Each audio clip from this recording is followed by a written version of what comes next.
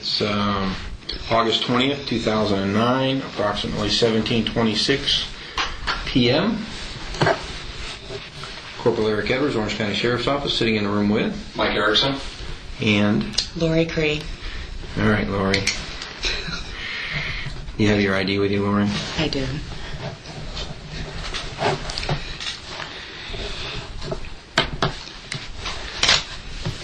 Can you raise your right hand for me? Swear the information you're going to give today is true? I do. Okay. You and I spoke earlier on the phone, so I asked you to come over, and we need to memorialize that in a sworn statement form, and you were nice enough to come over, and I appreciate it.